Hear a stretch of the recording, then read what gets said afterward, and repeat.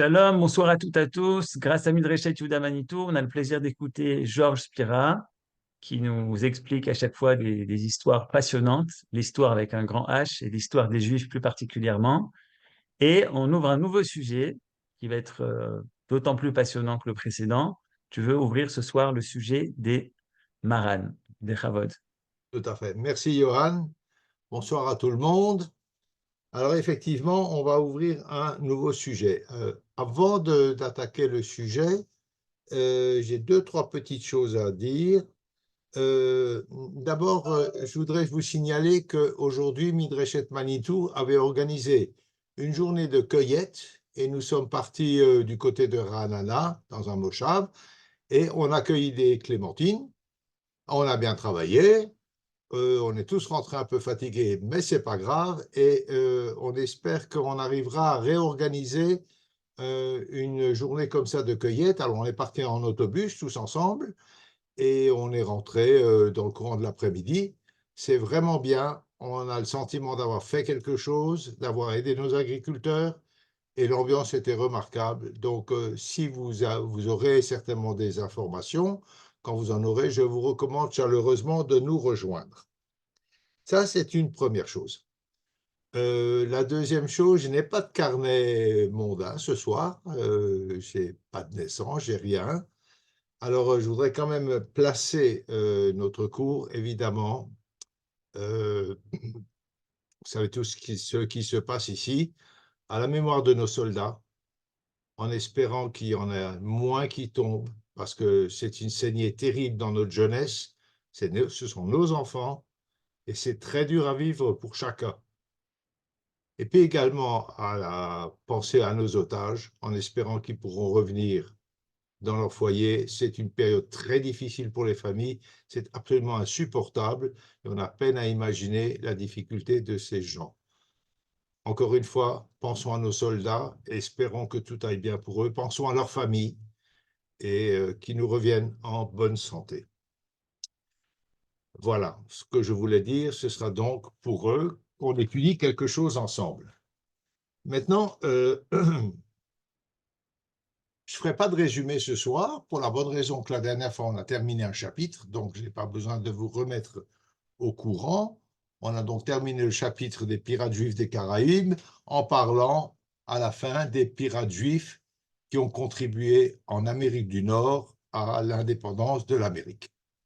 Voilà, ce chapitre, il est clos et ce soir, nous commençons un nouveau chapitre, ce sont les Marans. Alors, ce qui est assez humoristique, hasard du calendrier, c'est qu'on commence l'histoire des Marans un soir de Noël, c'est-à-dire le soir où les chrétiens commémorent la naissance de cet homme qui a imaginé une religion d'amour et qui nous en a fait tellement largement bénéficier. On a subi l'amour des chrétiens d'une façon démesurée. Évidemment, vous comprenez bien que je suis un peu ironique en disant ceci. Et voilà, il se trouve, hasard du calendrier, que c'est ce soir. Et puis, il se trouve aussi que je vais vous parler de crypto-juifs. Et on va faire un saut de exactement 2023 ans, c'est beaucoup, 2 millénaires, pour vous dire que j'ai parlé aujourd'hui avec un monsieur qui m'a confirmé ce que beaucoup d'entre vous ont lu, j'avais lu également, c'est qu'aujourd'hui en France, depuis 2 mois, on assiste à un phénomène de crypto-juifs, c'est-à-dire des juifs qui cachent leur judéité, on enlève la mezouza à la porte, on rentre le Magen David à l'intérieur de son chemisier, on enlève sa kippa pour ne pas attirer l'œil. 2023 ans après la naissance de Jésus, mais aussi 600, 700 ans, 800 ans après tous les phénomènes de crypto-juifs qu'on a connus dans le haut Moyen-Âge et plus tard encore jusqu'à des périodes très récentes. C'est dramatique, ça fait 2 mois que ça existe et je voulais le souligner parce qu'il y a vraiment, notre histoire, elle est continue. Elle se présente toujours de manière différente, mais c'est effrayant de se dire c'est pas vraiment des crypto-juifs, mais ce sont des gens qui cachent leur judéité pour qu'on ne les repère pas. Voilà. Je ne parle pas là de personnes qui masquent leur judaïsme par souci social et autres pour arriver dans la haute société. C'est un choix individuel, ça, un choix vraiment personnel. Mais les gens qui aujourd'hui à Paris enlèvent leur mezouza à la porte, c'est pas un choix personnel, c'est une sauvegarde. C'est l'amorce d'un crypto-judaïsme et je trouve ça absolument terrifiant. Voilà, ça c'est pour mon tout petit préambule avant, et donc la grande religion d'amour dont nous allons beaucoup parler. Alors, l'histoire des Marans, c'est une histoire que vous connaissez évidemment, une histoire connue. Eh bien, pas vraiment. Tout le monde sait ce que sont les Marans. Mais c'est quoi? On va définir ça tout à l'heure. Vous savez à peu près de quoi on parle, des Juifs cachés. Vous êtes tellement sûr que ce sont des Juifs cachés? Ce n'est pas des chrétiens judaïsants? C'est pas net cette affaire-là. Mais leur histoire, que nous ne connaissons pas, c'est tout à fait autre chose. Par exemple, quand un Maran, on va redéfinir les mots après, hein, rassurez-vous. Peut-être pas ce soir, mais on va les redéfinir. Quand un Maran arrive à Amsterdam, au début du XVIIe, très souvent, il ne sait rien du judaïsme. Et alors, on a des choses extrêmement curieuses qui se passent. Par exemple, on a plusieurs relations dans des archives de juifs marans qui viennent du Portugal à Amsterdam. Ils vont voir le rabbin. Déjà, pourquoi est-ce qu'ils vont voir le rabbin? Pourquoi ce retour? La première chose qu'il lui demande, quand est-ce que je peux me confesser? Ah, c'est très intéressant. Voilà des gens qui ont subi la pression de l'Église pendant plus d'un siècle, de génération en génération, qui arrivent dans une terre de liberté, Amsterdam, mais la première chose qu'ils veulent, c'est aller se confesser. Donc il y a un mélange. On ne sait plus exactement ce qu'on est, qui on est. Tout est très confus. Alors, beaucoup de Marans sont de bons chrétiens,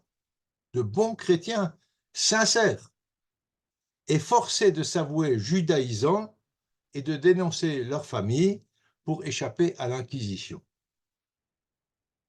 C'est terrible. Voilà qu'on a quelque chose d'absolument aberrant. L'Inquisition provoque la renaissance de Juifs, la création de Juifs, chez des chrétiens, d'origine juive, mais parfaitement chrétiens. La nature même de la procédure inquisitoriale est une fabrique de Juifs. Je vous jette des grandes lignes là, pour vous dire un petit peu, c'est une introduction, après on développera ça évidemment. Autre chose encore, je vous parle des Marans, n'ayez pas peur, je ne vais pas vous refaire le cours sur l'histoire des Juifs d'Espagne. Ça, on l'a fait en long et en large pendant 1 an et demi. Ce n'est pas cette histoire-là qu'on va refaire, mais l'histoire des Marans, d'abord, il y a une très nette distinction à faire entre l'origine de l'Inquisition en Espagne et l'origine de l'Inquisition au Portugal. Or, rappelez-vous, quand on a fait l'Espagne, on n'a pas fait l'histoire des Juifs du Portugal, pour une bonne raison. C'est que les Juifs du Portugal ont une histoire à peu près tranquille jusqu'en 1492, expulsion des Juifs d'Espagne. C'est là que tout va changer, tout va basculer en 5 ans. 5 ans, c'est très peu à l'échelle de l'histoire. Et là, l'Inquisition va se déchaîner. Et donc, c'est une autre histoire que celle des Juifs d'Espagne. Et c'est essentiellement donc sur le Portugal que nous travaillerons. Alors, pourquoi c'est tellement différent? L'Espagne, ça commence très mal. En 1391, il y a un énorme massacre à Séville, 4000 morts, excusez du peu quand même, on est au Moyen-Âge. Mais il n'y a pas d'inquisition à l'époque. Il n'y a pas d'inquisition. Mais cette violence chrétienne contre les Juifs provoque une première vague de nouveaux chrétiens. Alors voilà, on a des mots, il va falloir les définir. Nouveaux chrétiens, conversos, maran, relapse, apostat. il ne faut pas mélanger tout ça. Mais soyez tranquilles, ça viendra en son temps. Donc, on a une première vague de nouveaux chrétiens, et à ce moment-là, la définition comme juif, il faut être précis, des catholiques d'origine juive n'existe pas. Donc, nous avons une attaque en règle, un pogrom à Séville contre des juifs. Beaucoup vont se convertir pour échapper à la mort, et ça s'arrête là, ils sont chrétiens. Bien. Alors, il y a parfois intérêt. Des lois existent à l'époque en Espagne, restreignant d'une façon drastique l'accès des Juifs à toutes sortes de fonctions, dans l'armée, dans la finance, dans le grand commerce, etc. Ils ont une vie très difficile suite à une succession de lois anti-juives. La simple conversion au christianisme permet aux anciens Juifs d'accéder à tous les niveaux de l'échelle sociale. Et ça, c'est très important. Donc, ils vont pouvoir, ce qu'ils ne pouvaient pas comme Juifs, accéder à l'armée, à la finance, au grand commerce, à la détention de terrains, des terrains d'agriculture, etc. Voilà. Et il y a une idée qui va être forgée, mais beaucoup plus tard, au milieu du XVe siècle, donc près d'une centaine d'années après, pas tout à fait, une soixantaine d'années, un statut, le statut de la pureté du sang. Ça, vous connaissez.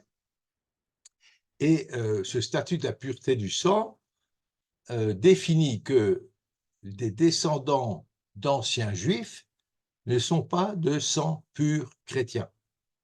Et ça a évidemment beaucoup, beaucoup de conséquences.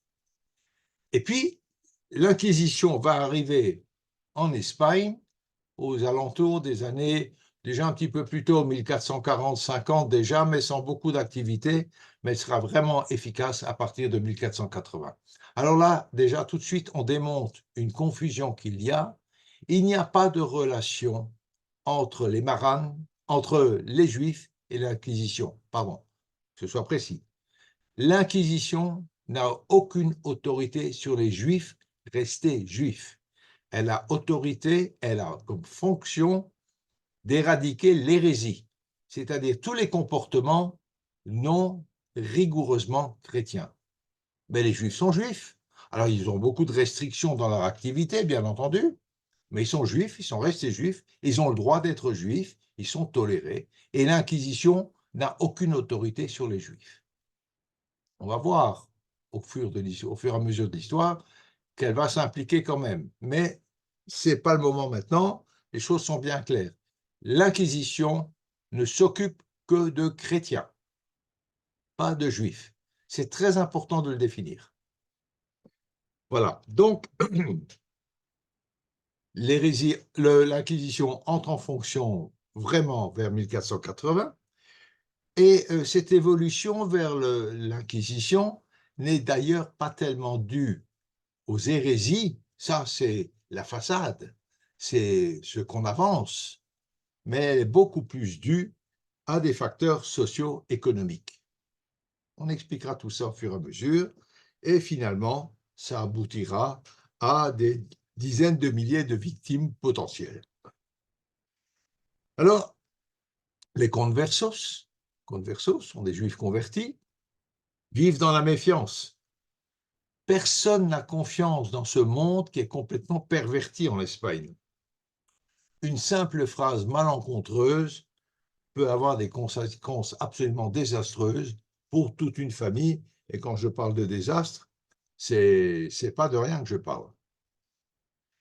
Je vous répète encore une fois qu'il faut bien noter que les Juifs d'Espagne non baptisés ne tombent pas sous la juridiction de l'Inquisition. En tout cas, pour ce qui concerne leur pratique du judaïsme. Après, on va pouvoir discuter qu'ils ont critiqué le christianisme, qu'ils ont dit des choses, on va inventer des histoires, mais stricto sensu et légalement, l'Inquisition n'a aucune autorité sur les Juifs. Alors, le judaïsme est toléré en Espagne, jusqu'au 31 juillet 1492. C'est une date que vous connaissez, c'est l'expulsion des Juifs d'Espagne. Pourquoi on en est arrivé là? Ce sera tout l'objet de l'explication de l'introduction de l'Inquisition en Espagne et comment on en est arrivé là. Les exilés d'Espagne vont partir vers l'Afrique du Nord pour une partie d'entre eux. D'autres partiront vers le Portugal. Ceux qui partent en Afrique du Nord vont perpétuer une tradition judéo-espagnole. Et d'ailleurs, quand ils vont arriver, notamment au Maroc et en Algérie, ne vont pas être très bien vus par les Juifs autochtones arabophones qui voient en eux des espèces d'envahisseurs, d'autant plus que, clairement, les Juifs séfarades, pour le coup, c'est-à-dire d'Espagne, par opposition aux Juifs autochtones des pays d'Afrique du Nord, sont plus cultivés, sont plus fins, et petit à petit imposeront leur manière de voir. Mais au début, il y a quand même pas mal de rivalités. On a vu ça quand on a parlé des Juifs d'Afrique du Nord, et on y reviendra beaucoup plus tard.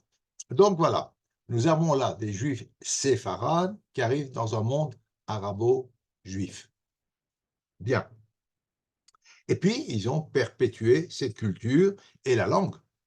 Le ladino, le judéo-espagnol, alors que les juifs arabophones parlent le judéo-arabe, qui est une langue différente.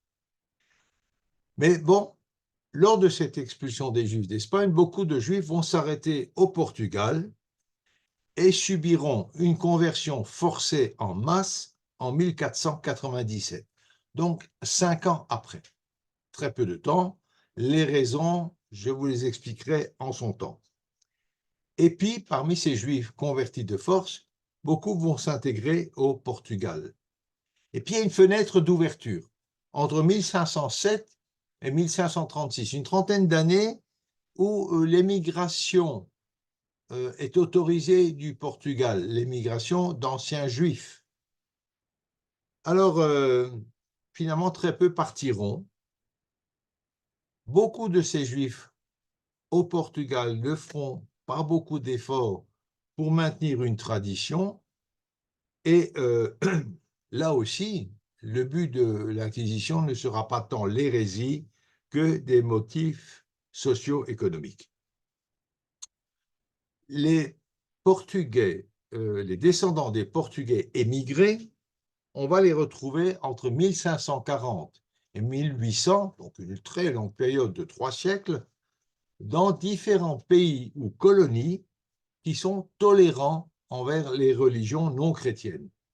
Alors, je vous les cite, ce sont des noms que vous connaissez, et ce sont des villes-États qui ont une tradition de tolérance. Livourne, Venise, Hambourg, évidemment Amsterdam, Londres, Bayonne, Bordeaux, Recife, et puis après, qu'on vient de voir, le Suriname, la Jamaïque, les Barbades, Nevis, New York et Newport. Alors, on peut se poser la question, comment se fait-il que ces Portugais, qui finalement, ils sont juifs, bien entendu, mais d'origine, peu soucieux quand même lors de leur judaïsme clandestin, créent des communautés juives traditionnelles dans beaucoup d'endroits dans ces terres d'accueil. C'est très étonnant. Et voilà, une question posée. Une autre question, on va voir que la majorité des victimes de l'Inquisition ne sont pas coupables de pratiques juives. Alors pourquoi l'Inquisition s'en prend à ces bons chrétiens? Encore une question. Et puis, autre chose encore. Dans les pays protestants, Amsterdam, Hambourg, Londres, il y a un grand intérêt pour ces crypto-juifs de revenir au judaïsme, parce que ces terres de protestantisme pratiquent un ostracisme très violent contre les catholiques. Or, ces crypto-juifs qui viennent du Portugal, sont catholiques. Donc, ils ont tout intérêt à devenir juifs, à revenir au judaïsme, et ces pays, ces terres d'accueil, l'acceptent très très volontiers, d'autant plus que leurs lois fondamentales interdisent à des juifs de faire partie des différentes guildes, la guilde des artisans, la guilde des drapiers, la guilde des bateliers, peu importe, toutes sortes de guildes qui sont d'obédience chrétienne, protestante, et les juifs ne peuvent pas y accéder. Donc, leur influence dans ces terres protestantes seront limitées. Donc, très volontiers, on les accueille et on accepte leur retour au judaïsme.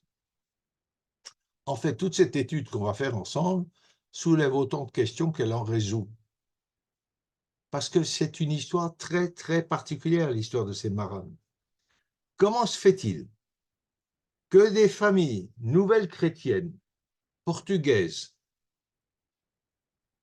intégrées, portant des noms chrétiens, se mariant, étant enterrées dans la tradition chrétienne, et puissent garder si longtemps, jusqu'à aujourd'hui, la mémoire lointaine d'un ancêtre qui s'appelait Cohen et Lévi, ou Lévi. Après des générations euh, de gens baptisés, mariés, enterrés, selon les traditions chrétiennes. Et vous connaissez tous l'histoire de Belmonte, cette petite ville au Portugal, où les gens ont plein de traditions juives, à tel point qu'on parle de les ramener au judaïsme, etc. C'est une autre affaire, mais qu'on maintenu plein de traditions, comme la fabrication de matzot, comme Bassari Bechalavi, etc., etc., en étant chrétien. En étant chrétien. Donc c'est très, très étonnant. Je peux vous raconter une histoire, et beaucoup d'entre vous certainement ont des histoires similaires à raconter. Nous avions à Colmar une femme de ménage qui s'appelait Maria, qui était une bonne catholique, elle allait tous les dimanches matin à la messe.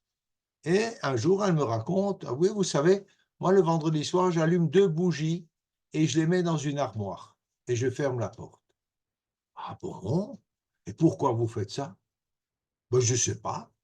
Ma mère le faisait, ma grand-mère le faisait, et je me rappelle même mon arrière-grand-mère le faisait. C'est une tradition dans la famille. Mais vous savez pourquoi? Ah non, pas du tout. Alors évidemment, cette brave femme, elle était une bonne chrétienne. Je ne vais pas aller lui faire douter de quoi que ce soit, mais vous comprenez très bien d'où vient cette tradition. Et on considère aujourd'hui que 30% de la population espagnole est d'origine juive, descendante de Maran, au fil des siècles.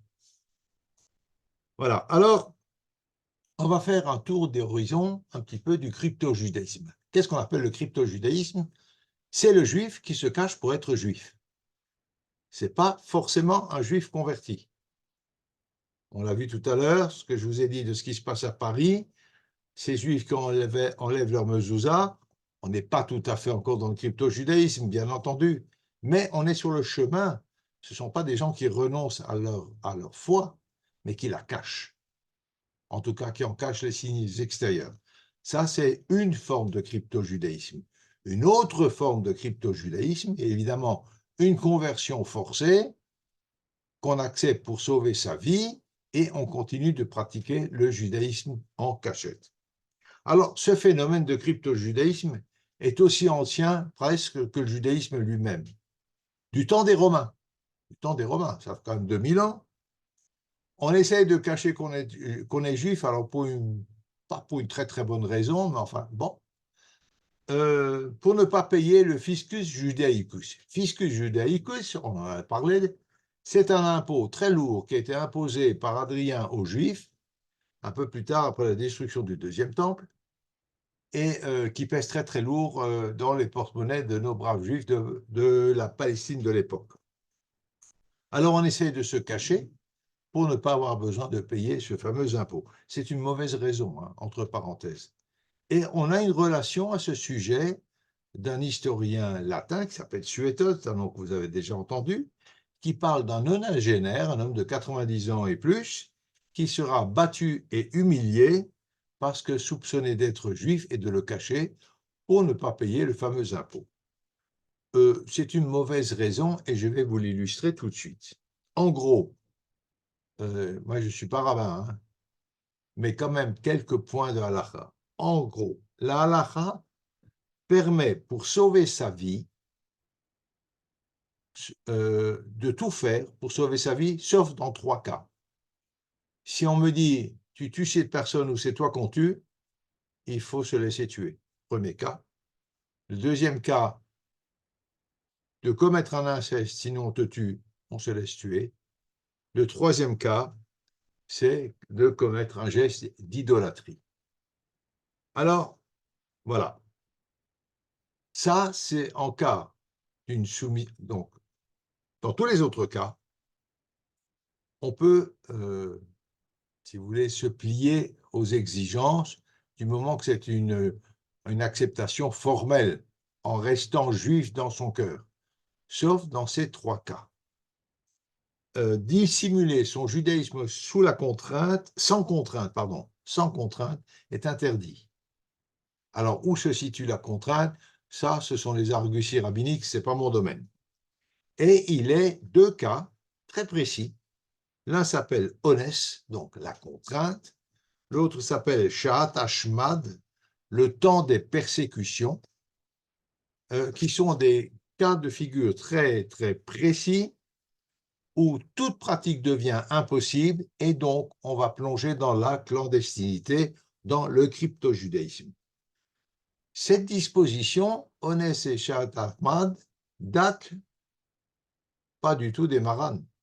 Elle date des persécutions zoroastriennes au IIIe siècle en Perse. On ne parle pas d'aujourd'hui. IIIe siècle en Perse. Alors, qu'est-ce qui se passe? Se convertir au zoroastrisme, qui là, pour le coup, est quand même une idolâtrie, ou plonger dans la clandestinité. Alors, idolâtrie, là aussi, tout est relatif. Il y a beaucoup de discussions.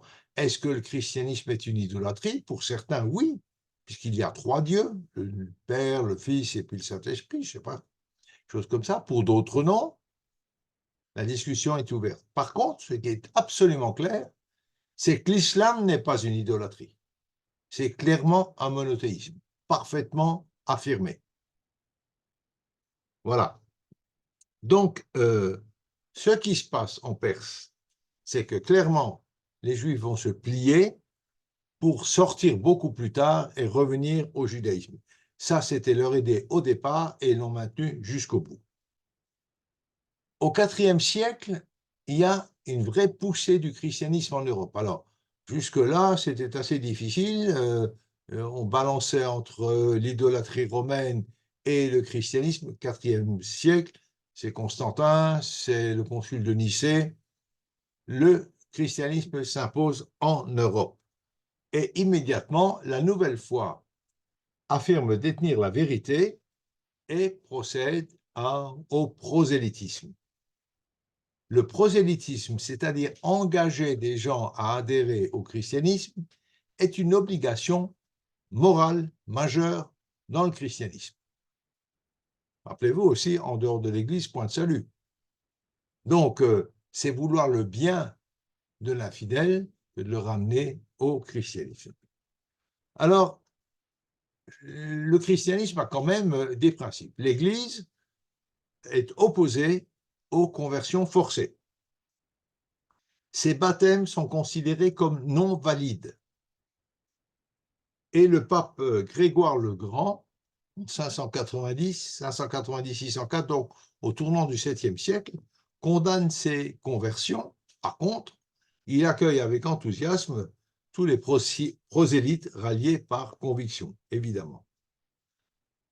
Alors, je voudrais vous rappeler quelque chose que je vous avais déjà expliqué. Il faut bien garder présent à l'esprit. Jusqu'à la première croisade, donc pendant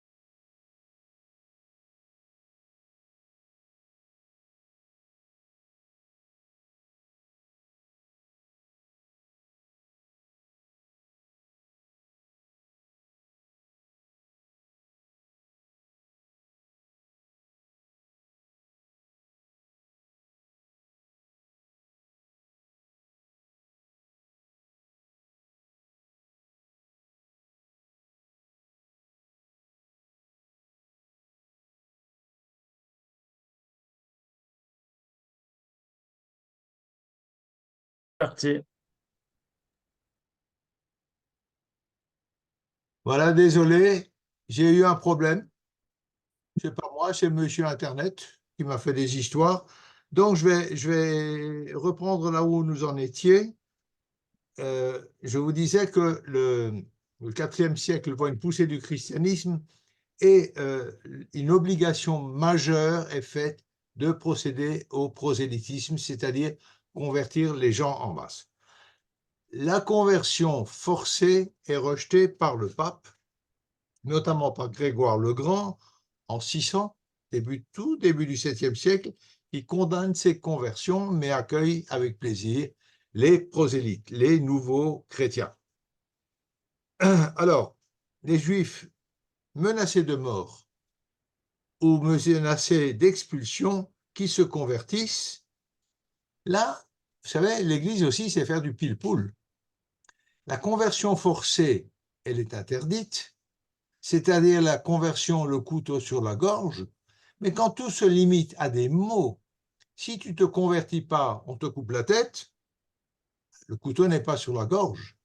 Donc c'est considéré comme une conversion par conviction. Et leur adhésion est considérée comme spontanée et validée, et ce qui entraîne quelque chose, c'est qu'un relapse, tiens encore un mot qu'il faut qu'on voie, le relapse, c'est celui qui quitte une religion pour revenir vers une autre religion, un relapse du christianisme, c'est interdit. On ne peut pas quitter le monde chrétien. Si on y est rentré, il faut y rester. Et par exemple, alors on a des conversions de masse forcées de notre point de vue, pas du point de vue du pape qui est dans le pile-poule, je vous l'ai déjà dit. On a à Mahon, dans l'île de Majorque, en 418, c'est vieux, 418, l'évêque sévère qui préside à une conversion forcée, forcée de notre point de vue, mais pas du point de vue de l'Église, une conversion en masse.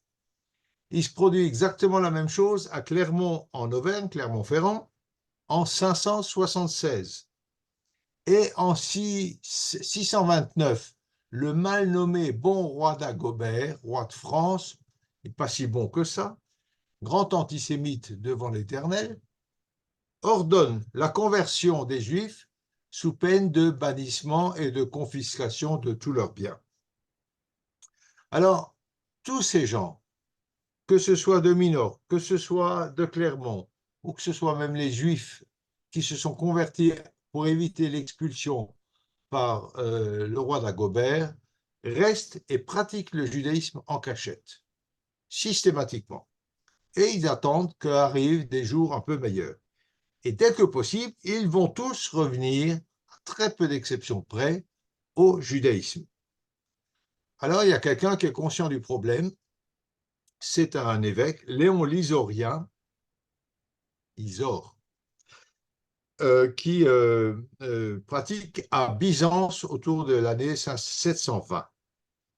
Et Léon l'Isorien essaye par tous les moyens d'empêcher les contacts entre les nouveaux chrétiens et les juifs restés juifs, parce que ça les attire au judaïsme et surtout on maintient leurs traditions, etc. Donc ils cherchent à sevrer les nouveaux chrétiens de leurs anciens coreligionnaires juifs. Retenez bien cette idée, elle date de 720 et c'est cette idée-là qui amènera à l'expulsion des Juifs d'Espagne 7 siècles plus tard. C'est bien cette idée-là qui est très ancienne, donc. Voilà. Alors, les rabbins aussi sont conscients de ces problèmes et ils appelleront ces nouveaux chrétiens les Anoussim. Vous connaissez ce mot, vous l'avez déjà souvent entendu, Anoussim qui signifie les contraints, les obligés ou les violés. Les violés. Et les rabbins ne considèrent pas ces juifs comme des renégats du tout. Et ça vous semble logique, mais ça ne coule pas de source comme ça. On a des cas tout à fait dramatiques. Quelqu'un dont on a déjà souvent parlé, Rabbeinu Gershom Meor Agola, qui était un grand posek halacha au début du XIe siècle, fin du Xe, XIe siècle, en Allemagne, le maître de Rachi, entre parenthèses, interdit toute hostilité envers ceux qui reviennent au judaïsme. Et il a une histoire terrible lui-même. Il a son propre fils qui a été violemment persécuté par les chrétiens, qui est mort en chrétien, et son père l'a pleuré, ça on peut comprendre, mais comme un juif fidèle, c'est-à-dire qu'il a fait Shiva pour son fils qui est mort comme chrétien. Rabbeinu Gershom, c'est pas rien, c'est pas rien. Et il a été confronté à ce même problème. D'ailleurs, il y a beaucoup de traditions, mais une de nos prières principales, Kol Nidre, réfléchissez bien à ce qu'on dit le soir, la veille de Kippour, tous les vœux que je pourrais faire sont jugés, considérés comme nuls et non avenus. C'est à peu près ceci. Beaucoup de rabbins pensent que cette prière a été rédigée justement pour dédouaner les Juifs qui se convertissent au christianisme à l'avance quand ils se convertissent par contrainte. Donc pour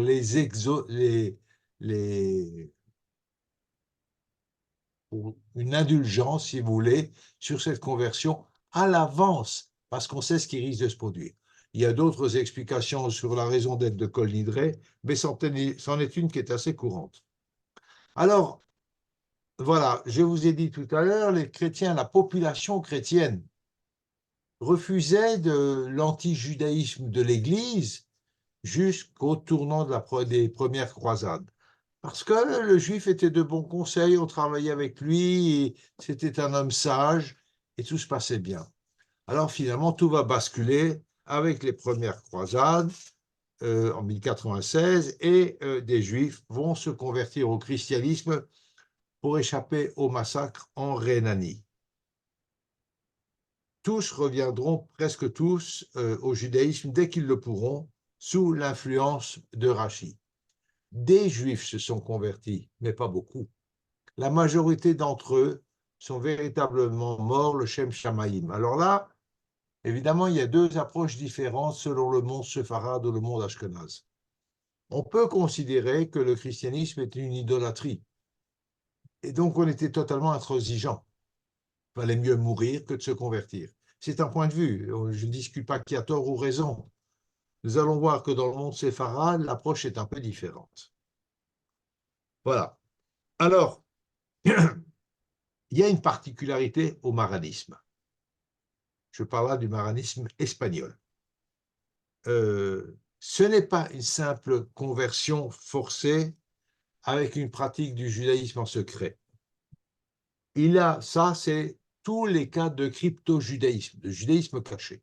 Conversion forcée, pratique en secret. Ce qui est intéressant, c'est que dans les familles maranes, de génération en génération, pendant des siècles, on va transmettre cette tradition, ce souvenir d'une origine juive de la famille. Pendant des siècles, et ça c'est tout à fait surprenant. C'est un phénomène tout à fait unique que se rappelle ce rattachement à un ancêtre juif. Évidemment, on ne sait plus rien, on est chrétien, on a des noms chrétiens, on est baptisé, on est tout ce que vous voulez, mais il y a une tradition tenace qui perdure. On trouve des choses comme ça. Ici aussi, vous savez, à Hebron, une bonne partie de nos bons amis musulmans de Hebron ont beaucoup de traditions juives pour le Shabbat. Parce que fin du 18e, tout début du 19e, il y avait beaucoup de juifs à Hebron qui ont été convertis de force à l'islam. Alors aujourd'hui, ce n'est vraiment pas nos amis, mais n'empêche qu'ils maintiennent un certain nombre de traditions juives, notamment les bougies de Shabbat. Alors, ils savent pourquoi. Ils savent pourquoi. Ça n'empêche qu'ils sont musulmans. Hebron, c'est une ville très difficile. On ne va pas rentrer là-dedans. Mais ça, c'est contemporain. Fin du 18e, début 19e, c'est récent. Et donc là aussi, cette tradition est maintenue. Ce problème de transmission est une des raisons pour lesquelles les Juifs d'Angleterre ont été expulsés en 1290. C'est cet acharnement à ramener les convertis récents à ce que la propagande chrétienne anglaise appelle à l'époque la vomissure du judaïsme. Le mot n'est pas de moi. Il y a d'autres cas très très curieux. Les néophytes d'Apulie. Néophytes, vous entendez le mot néophyte. Néophytes, c'est les nouveaux chrétiens. Les néophytes d'Apulie, l'Apulie, c'est une région dans les Pouilles au sud de l'Italie. Et à la fin du XIIIe siècle, on remonte assez loin, le gouverneur royal de Naples amène les Juifs à une conversion forcée, essentiellement dans la ville de Trani. Donc, ils sont massivement convertis au christianisme. On les appelle néophytes, donc des néophytes, et ils mènent clairement une vie de crypto-juifs pendant 3 siècles. C'est-à-dire qu'ils continuent une pratique du judaïsme domestique à la maison, en cachette. 3 siècles, c'est long. C'est long, alors qu'ils sont tous les dimanches à la messe, tous les dimanches avec le sermon du curé, et dans un environnement chrétien permanent. Leur fidélité, d'ailleurs, est l'une des causes de l'introduction de l'Inquisition à Naples au XVIe siècle. Donc nous étions au XIIIe, on arrive au XVIe, 3 siècles. Au XVIe siècle encore, on introduit l'Inquisition à Naples pour combattre ce problème. Et il y a un savant très réputé de l'époque qui s'appelle Teofilo Panarelli, qui sera brûlé vif en 1572 à Rome pour cause de judaïsme, de maranisme. Voilà. Et puis, il y a d'autres cas. Il n'y a pas que les néophytes. Il y a, alors déjà, en ce qui concerne les Pouilles, pas mal de ces juifs, quand même, ont fui vers les Balkans pour rester juifs et se mêlent aux communautés juives locales qui vivent à peu près correctement. À Trani, proprement dit, jusqu'à aujourd'hui, il y a quelques familles qui ont encore quelques petites traditions juives qui sont maintenues, traditions familiales comme ça, qu'on maintient. Soit des bougies, soit embrasser le linteau de la porte sans qu'il y ait de mezouza, évidemment, et sans savoir pourquoi. C'est une tradition dans la famille, on embrasse le linteau de la porte. Voilà. Alors, des crypto-juifs, il n'y en a pas que dans le monde chrétien. Il y en a également dans le monde musulman.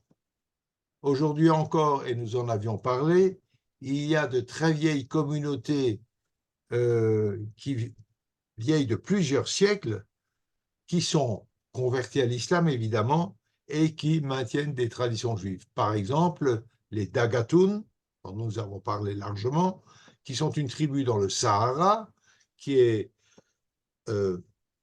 vit en communauté avec les Touaregs du Sahara, qui sont un peu ostracisés, parce qu'on sait qu'ils sont d'origine juive, bien qu'ils soient musulmans, et qui maintiennent un certain nombre de traditions juives. Or, ça fait des siècles qu'ils sont convertis à l'islam. C'est un peu un cas un peu particulier en Turquie, les Dönme qui sont les adeptes de la pensée de Saptaïtsui. Alors Saptaïtsui, vous connaissez cette histoire, on l'a racontée, un juif qui s'est prétendu messie et qui, pour sauver sa peau à la fin de sa vie, va se convertir à l'islam. Il y a des juifs qui lui sont restés fidèles bien au-delà de sa conversion et qui pratiquent un islam matiné de judaïsme. On les appelle les Dönme, et il y en a encore pas mal en Turquie. Ils sont musulmans et juifs mélangés. À Meshed, en Perse, en Iran, à Meshed, c'est pas très drôle pour les juifs. Les juifs sont violemment persécutés au XVIIe siècle. Et leurs descendants, qui sont des musulmans scrupuleux, parce que convertis de force, évidemment, mais pratiquent une forme de judaïsme chez eux en privé. Alors, beaucoup de ces communautés de Perse, de Turquie, un petit peu de partout, se sont réfugiés en Afghanistan. Mais aujourd'hui, en Afghanistan, il n'y a plus de juifs, c'est terminé. Donc, le dernier juif, il est monté il y a quelques années, il était tout seul, avec deux synagogues, celle où il allait et celle où il était fâché. Ça, c'est pour la blague, mais il est resté seul très, très, très longtemps, et il est monté en Israël il n'y a pas longtemps, il y a 2 ou 3 ans, c'est fini. Il n'y a plus de juifs en Afghanistan, alors qu'il y avait une grande communauté. Et nous serons amenés à en parler, bien entendu, plus tôt. Donc, il se réfugie en Afghanistan, au Turkestan et en Palestine. Et il reste quelques dizaines de familles au Turkestan qu'on appelle les Yédidim. Ah oui. Pas besoin de chercher très loin. Yédidim, ce sont des juifs. Ils portent des noms musulmans, évidemment, mais leur vraie identité est connue des autorités. Ils sont à peu près tranquilles. À peu près tranquilles. Ils se marient, par exemple, devant le cadi. Ça, c'est obligatoire. Ils sont musulmans. Mais la cérémonie de mariage est doublée d'un autre mariage à la maison en privé, selon les traditions juives.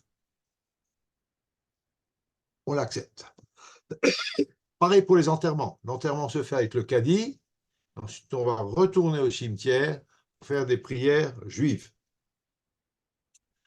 Ces gens, pour prouver qu'ils sont de bons musulmans, sont obligés d'ouvrir leur magasin le Shabbat. Alors, qu'est-ce qu'ils font? Soit ils se font remplacer par un enfant. Je parle là en règle générale des juifs convertis à l'islam de force, notamment en Iran. Ou alors, ils demandent un prix tellement prohibitif que le client ne veut pas acheter. On trouve comment contourner un petit peu les difficultés. La même situation prévaut au Khorasan, qui est une province de l'Iran. On les appelle là-bas les Yédids al-Islam, les juifs de l'islam. Et également à Boukhara, on a des crypto-juifs qui s'appellent les Tchélas et qui existent toujours encore à Boukhara, donc une province musulmane. Reste que, ça c'est plein de petites histoires qui émaillent notre histoire juive générale depuis les Romains. L'archétype du crypto-juif, c'est quand même l'Espagne, où les juifs sont nombreux, sont influents, d'ailleurs depuis l'époque romaine. Ce n'est pas une affaire nouvelle. Voilà. Alors, qu'est-ce qui s'est passé en Espagne? En 589, le roi wisigoth Recared, je vous le rappelle rapidement, on a vu tout ça, passe de l'arianisme au catholicisme, au christianisme, et impose une législation beaucoup plus dure. Mais c'est avec le roi Sisébuth, en 610-620, donc début du 7e siècle, qu'un fanatisme absolu tombe sur l'Espagne. En 616, le marché est mis dans la main des Juifs, c'est le baptême sous peine de bannissement et de saisie de leurs biens. On estime que 90 000 Juifs, c'est peut-être une estimation un peu élevée parce que c'est très tôt dans l'histoire, début du 7e siècle, la population n'était pas tellement importante, mais enfin, un chiffre très important.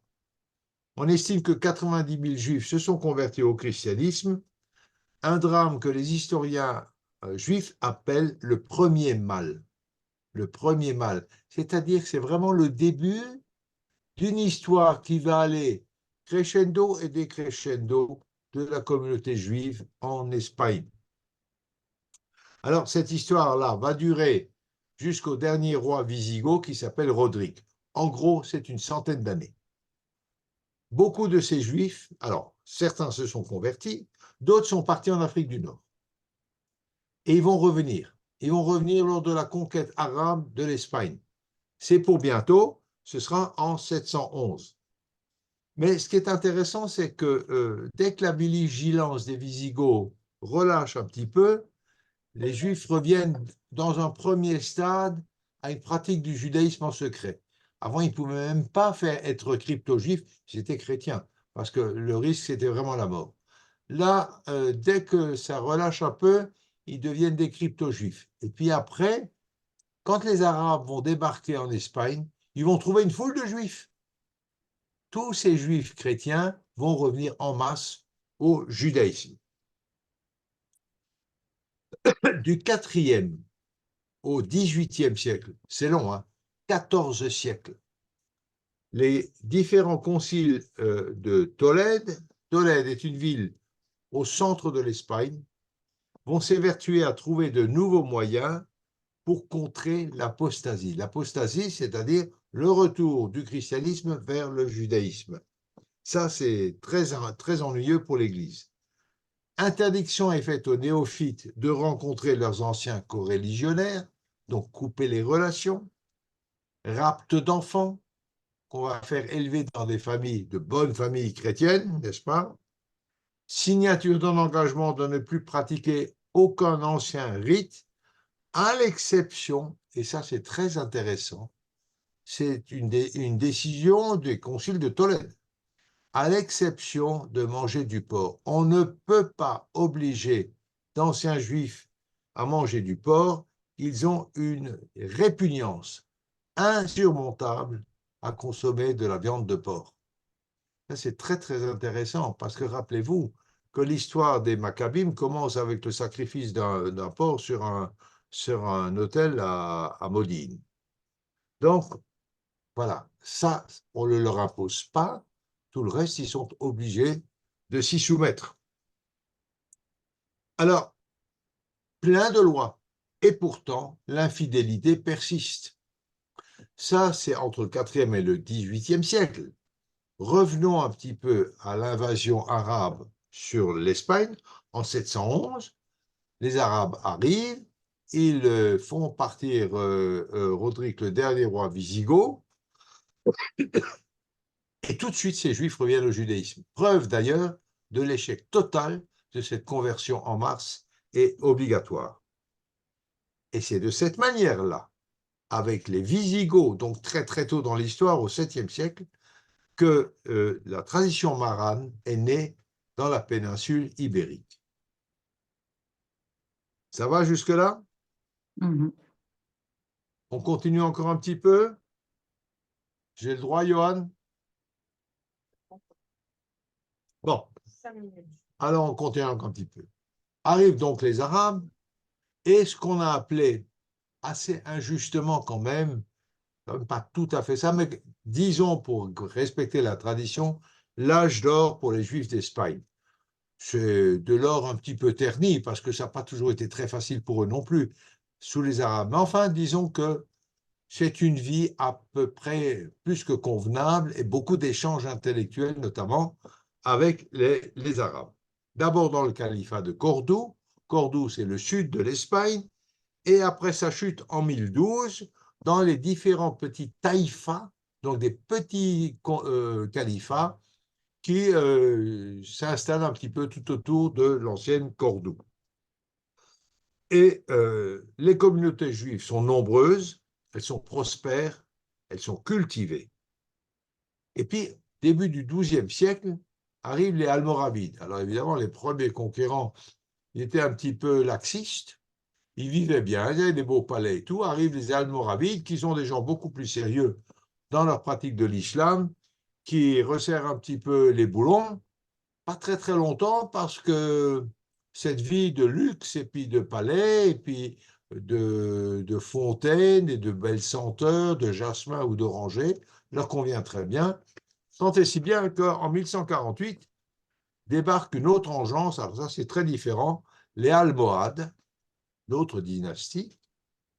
Les Almohades, c'est le Daesh de l'époque, c'est pas autre chose.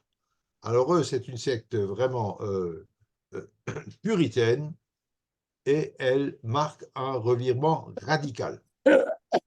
La pratique du judaïsme comme du christianisme sont interdites dans leur possession. Voilà. Et alors, il va se passer un phénomène, je crois qu'il est unique dans l'histoire des Juifs, c'est que des Juifs vont aller se réfugier et être protégés par les royaumes chrétiens. C'est absolument hallucinant.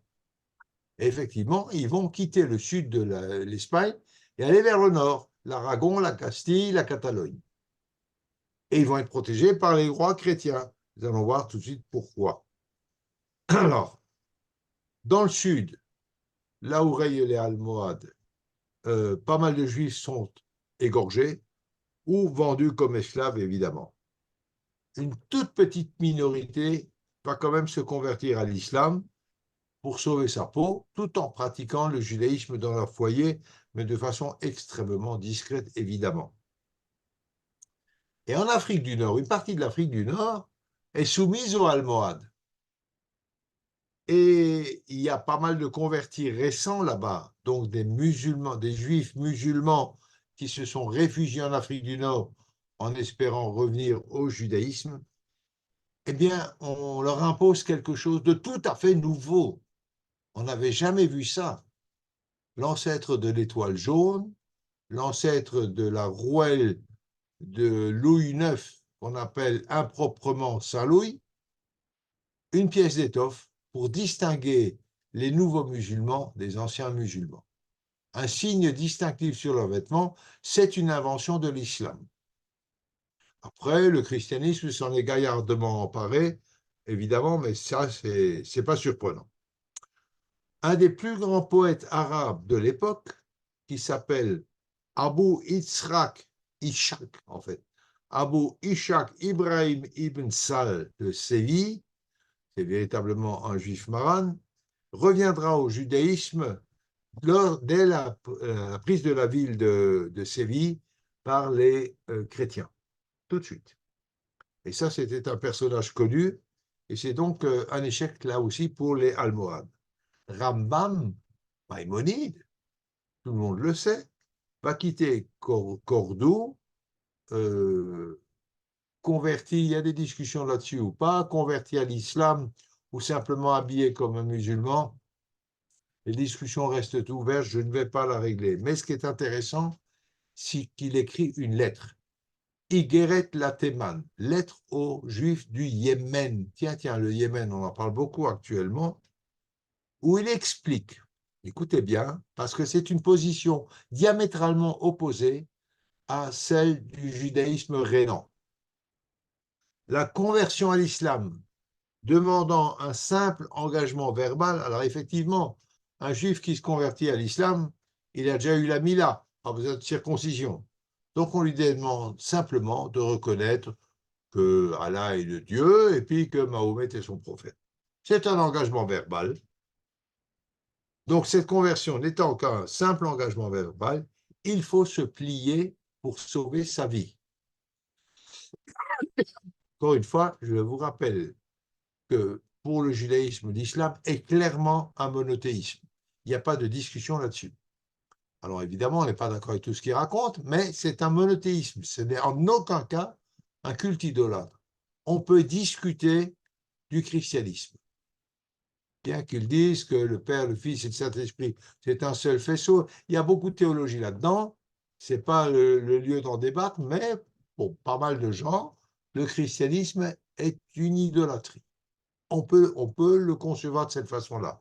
Il y a quand même aussi symboliquement la consommation du corps du Christ, c'est quand même assez bizarre, et on boit son sang, même si c'est symbolique, et il y a toute une dialectique là-dessus, tout un débat, ce n'est pas l'objet. En tout cas, on peut comprendre cette position des rabbins de la vallée rhénane de refuser catégoriquement la conversion au christianisme. Ce n'est pas du tout le même problème dans l'islam. Donc, pour Rambam, il faut se plier pour sauver sa vie, et comme dit, donc une position totalement différente de la position du judaïsme rhénan. Voilà, je crois que je vais m'arrêter là parce qu'on va aborder un nouveau chapitre après, c'est les débuts du maranisme avec la Reconquista. Maintenant, si vous voulez me poser des questions. Attends, peut-être que Brigitte elle veut dire quelque chose. Merci beaucoup, Georges. Alors, Brigitte, voilà, maintenant vous pouvez ouvrir le micro. Johan, tu peux donner la parole à Brigitte, je crois qu'elle veut dire quelque chose. Brigitte, tu peux ouvrir. Oui, oui, je ne voulais pas empêcher les questions. Non, je voulais dire la chose suivante. Il y a beaucoup de gens qui nous disent comment se fait-il qu'on ne puisse pas faire les donations. Vous aviez commencé une campagne financière et puis il y a eu la guerre, alors ça a été reporté, mais nous, on veut quand même donner de l'argent. Alors, écoutez, pour ceux qui veulent donner, nous allons publier par mail l'adresse du JGIF, comme ça vous pourrez quand même donner, et si vous voulez, comme ça, d'ici la fin de l'année, vous pourrez avoir le justificatif fiscal correspondant. Voilà. Et autre chose, ça, je ne sais pas si Georges l'a dit au début parce que j'arrivais pas à rentrer, que nous avons fait du bénévolat dans l'agriculture. Je ne sais pas si tu l'as dit. Je l'ai dit, oui, je l'ai dit. Alors, ce que nous voudrions savoir, s'il y a des gens qui continuent à être intéressés pour qu'on fasse ça une fois tous les 15 jours, par exemple. Voilà, c'est tout. Et je voulais aussi dire encore une petite chose. Vous vous rendez compte de la chance qu'on a d'avoir Georges qui nous donne des cours exceptionnels. Ça, oui, je voulais dire aussi. Moi, ça, c'est trop gentil. Non, je t'ai plus. Merci, Brigitte. Bon, voilà, c'est Voilà, Alors, les questions. si vous avez des questions, je suis désolé hein, pour la panne de tout à l'heure, mais c'est indépendant de ma mauvaise volonté.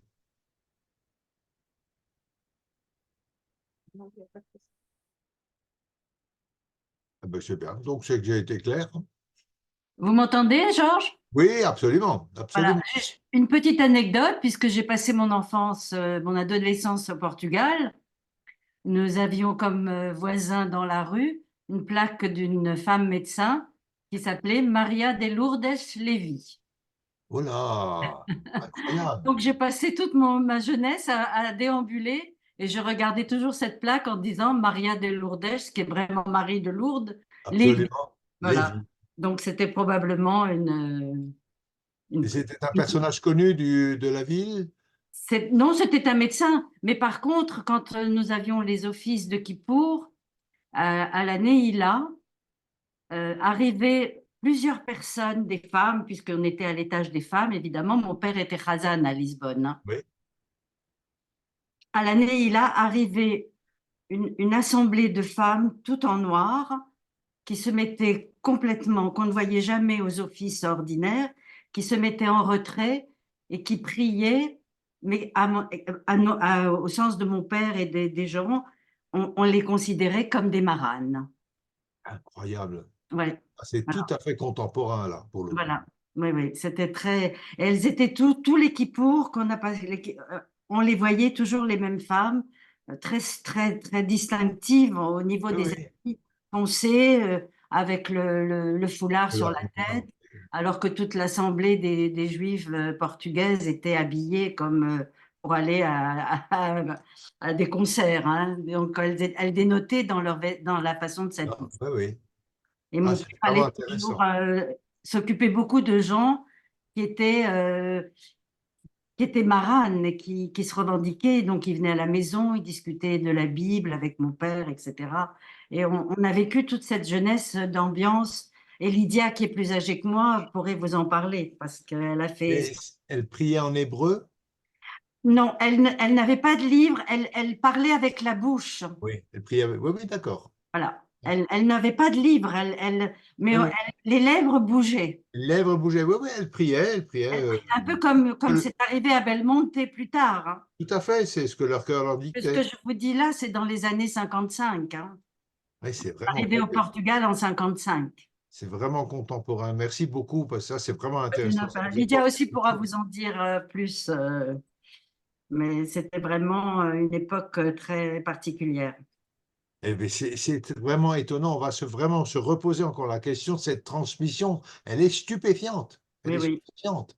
Et Moi, nous avions une Maria, comme vous le disiez, qui travaillait à la maison. Et un jour, mon père lui parlait beaucoup de religion et il lui dit, mais vous savez que Jésus était juif? Alors elle s'est signée le signe de croix. Elle a dit, non, non, non, non, non, non, non, non, c'est pas Ah possible. oui, oui, oui, clairement. Ça, on y Ne me est, ça. dites pas Hein. ça, ne me dites pas ça. Vous savez, c'est le seul juif de Bethléem qu'on ne traite pas de colon. Hein.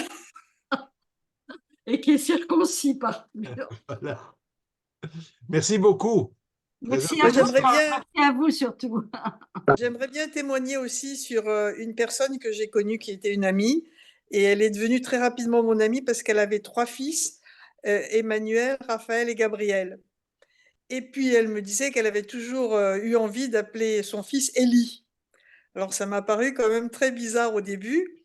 Et ensuite, en fait, elle était d'origine espagnole et son mari d'origine portugaise. Et chaque fois, elle me disait, tout ce qui m'arrive de bien, ça vient des Juifs. Mon père m'a toujours dit de faire attention aux Juifs. Et un jour, elle m'a demandé si son nom de jeune fille était un nom juif. Et il se trouve qu'en faisant des recherches, j'ai fait des recherches quand l'Espagne a voulu reconnaître, donner la nationalité aux descendants des expulsés. Expulsé, oui. Et alors là, à son grand étonnement, son nom, c'était un nom d'expulsé. Quand elle a su qu'elle était descendant de juifs, en fait, hein, son mari, lui, s'est rendu compte que là où il habitait quand il était jeune au Portugal, il était dans un village de Marane.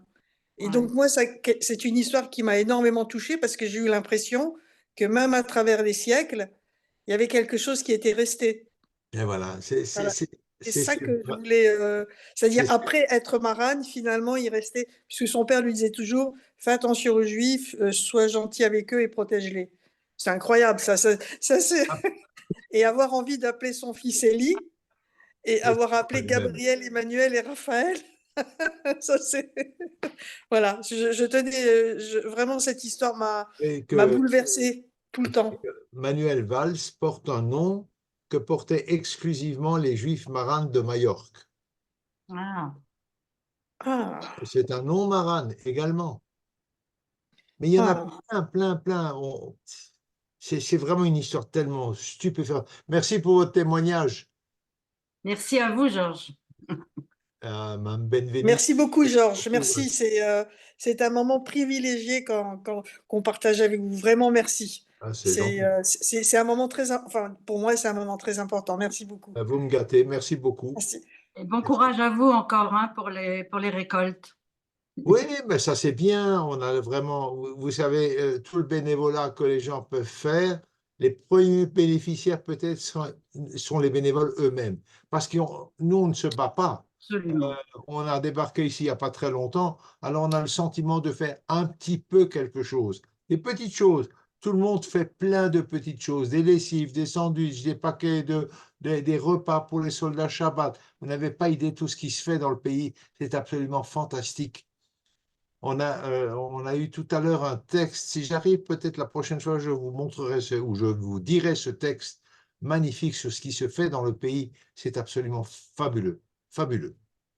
Pas seulement d'ailleurs dans le pays, les Juifs de diaspora aussi se manifestent de façon vraiment. Aujourd'hui, on a entendu 200 Juifs sont venus de France pour aller faire de la cueillette. C'est pas rien, 200 personnes qui viennent, qui arrêtent leur boulot pour venir ici faire de la cueillette dans des conditions qui ne sont pas toujours agréables. C'est impressionnant. Il y a 15 jours, c'est un groupe de médecins, d'avocats, de notaires. Ils ont planté leur étude. On les a prévenus, vous dormirez sous tente. Il ne fait pas très chaud maintenant dans le sud, la nuit. Vous dormirez sous tente pour aller faire du bénévolat dans les champs. Écoutez, c'est magnifique. C'est magnifique. Il y a une unité du peuple juif qui est tout à fait exceptionnelle. Et il faut bien garder ça à l'esprit. C'est ça ce qui est important. Oui, Pas Oui. nos bagarres politiques. Elles ne sont pas intéressantes. Absolument. tout à fait. Tout à fait. Et il faut Voilà. maintenir ça. Oui.